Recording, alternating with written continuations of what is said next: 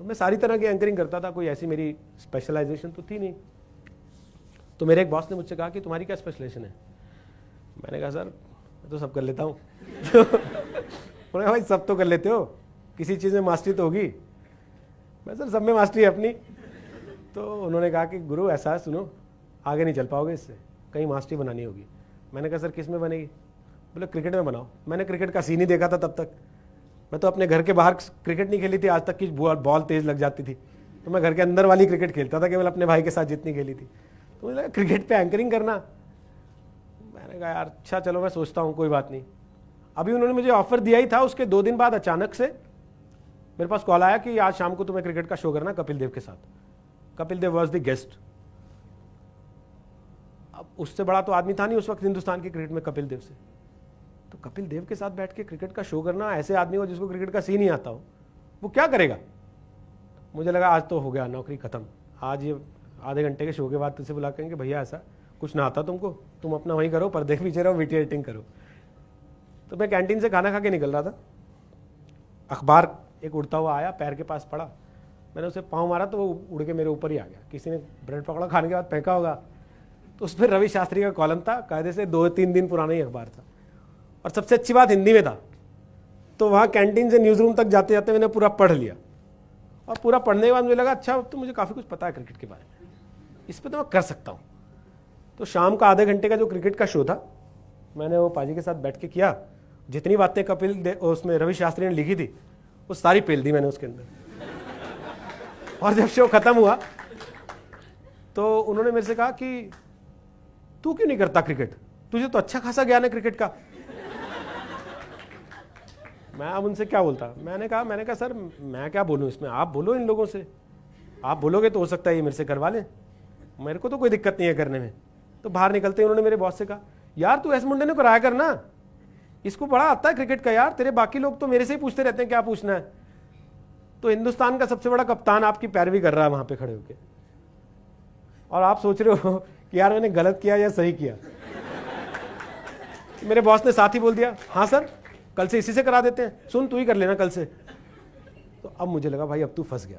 But मैंने घर जाते ही क्या कहा, मैंने घर जाते ही सारे पुराने अखबार निकाले जो 5-7-10 दिन के पढ़े थे, सब में रवि शास्त्री के कॉलम काट काट के इधर रख लिए बेड साइड पे अपने, कि जब मौका मिले सोते जागते उठते बैठते, टॉयलेट जाते, नहाते खाते नाश्ता करते, बस वही पढ़ लो, रवि शास्त्री का कॉलम पढ़ लो, रवि शास्त्री का कॉलम पढ़ लो, रवि शास्त्री का कॉलम पढ़ लो। फिर अपने एक दोस्त को बिठाया, मैंने कहा भाई तू मेरे को समझा दे ये थर्ड मैन क्या होता है, स्लिप क्या होती है, कवर क्या होता है, गली क्या होती है, मिडफील्ड क्या होता है, ऑन फील्ड क्या होता है, ऑफ साइड क्या होती है, वाइड क्या होती है, ये सारी चीज़ें तो मुझे समझा दे। उसने बाकायदे ग्राउंड बना के कागज़ पे सब चीज़ें मुझे समझाई सिखाई। और ये बात केवल उसे और मुझे ही पता थी कि जो आदमी टीवी पे रोज क्रिकेट का शो कर रहा है उसे ग्राउंड आज सिखा रहे हैं हम लोग कि कैसा होता है।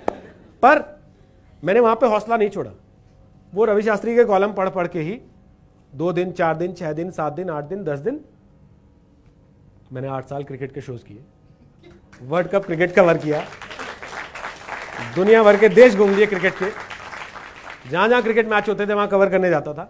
और आपको यकीन बताऊं पहली बार जब मुझे सड़क पे किसी ने आके रोका, मैं कॉम्जम रेस्टोरेंट में खाना खाने गया था रात में निजामुद्दीन पे, तब नया नया खुला था, बहुत क्रेज रहता था उसका, बहुत भीड़ होती थी वहाँ, तब उसकी इमेज इतनी खराब नहीं थी जितनी आज खराब है, लोग परिवार के साथ भी आते थे।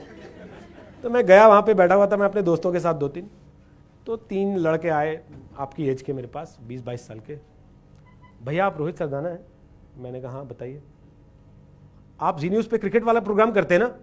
मैंने कहा ये अपना क्रिकेट का शो करना सक्सेसफुल हो गया, आज पहली बार किसी ने जो है बाहर आके पहचान लिया है कि ये आदमी वही है जो टीवी पे आता है। आप सोचो मैं जब अपने घर से निकला था तो मैं ये थॉट लेके निकला था कि भाई आप जब बाहर निकलो तो लोगों को आपको पहचानना चाहिए।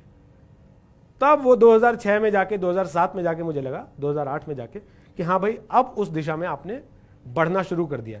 अगर मैं पहले दिन उससे कह देता कि सर मेरा तो क्रिकेट में कोई ऐसा है नहीं इंटरेस्ट, मैंने कभी जीवन में क्रिकेट खेली नहीं, जैसा हम आमतौर पर करते हैं, कोई अपॉर्चुनिटी आती है हम उसको अपने उस पर टेस्ट करते हैं कि भाई हम इसके साथ कितने कंफर्टेबल हैं, और हम फाइनली उसको डिनाई या एक्सेप्ट कर लेते हैं। वहां पे आने के बाद वहां क्या होता है, वो अपॉर्चुनिटी जब हमारे हाथ से चली जाती है फिर हम बैठ के रोते हैं कि यार मौका आया था चला गया, किसी और को मिल जाता है, वो उसको एक्वायर कर लेता है, वो उस पर अपनी अचीवमेंट्स गेन करता है और फिर आपसे आगे बढ़ जाता है, आप वहीं के वहीं खड़े हुए देखते रह जाते हो।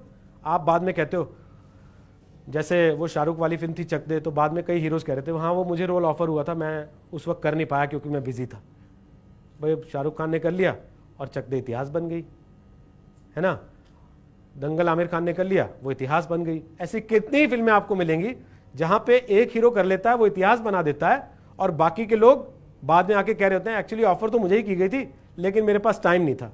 भाई तब तेरे पास टाइम नहीं था, अब तेरा टाइम खराब हो गया इसी वजह से।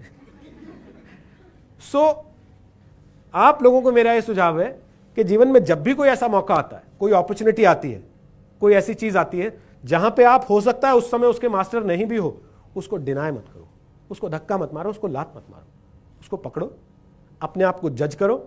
अगर आज की तारीख में कहीं आपको लग रहा है कि आपके पास थोड़ी सी भी पॉसिबिलिटी है कि आप उसको जस्टिफाई कर सकते हो अपने आप को थोड़ा सा मॉडिफाई करके, तो उसको करना चाहिए, उसको छोड़ नहीं देना चाहिए। क्योंकि जब आप छोड़ दोगे तो वो किसी और के लिए हो जाएगी, और जब वो किसी और के लिए हो जाएगी तो आपका कंपटीशन आपसे वहां से आगे निकल जाएगा, आप उससे पीछे रह जाओगे। तो मैं आप लोगों को सिर्फ इतना ही आज ये कहना चाहता हूं कि हम लोग बहुत सारी चीज़ों में, बहुत सारे मौके आते हैं जीवन में जहां हम बहुत छोटी छोटी बातों से कि अच्छा इसने ऐसा कह दिया, उसने वैसा कह दिया, इसने तो मेरे मन का नहीं कहा, मेरी मम्मी ने ऐसा बोल दिया, मेरे पापा ने ऐसा, हम उन चीज़ों को जाने देते हैं और फिर बाद में हम पछताते हैं। तो पछताने से बजाय बेहतर है उस समय उस चैलेंज को एक्सेप्ट कर लेना, उस चैलेंज को फेस करना, उस चैलेंज को टैकल करना और एक विनर की तरह आगे बढ़ जाना। जब आप एक छोटे से चैलेंज से भी जीत के आगे बढ़ते हो ना, तो अगले चैलेंज के लिए आपका कॉन्फिडेंस 100% बढ़ जाता है। फिर सामने कोई बड़ा चैलेंज भी आता है तो आपको लगता है कि ठीक है, जब मैंने वो कर लिया था तो ये क्या चीज है, मैं ये भी कर ही लूंगा। और जब आप ये सोचते हो ना कि मैं ये भी कर ही लूंगा, तो फिर आप कर लेते हो। फिर कितनी भी दिक्कतें आए, फिर कोई आपको रोक नहीं सकता।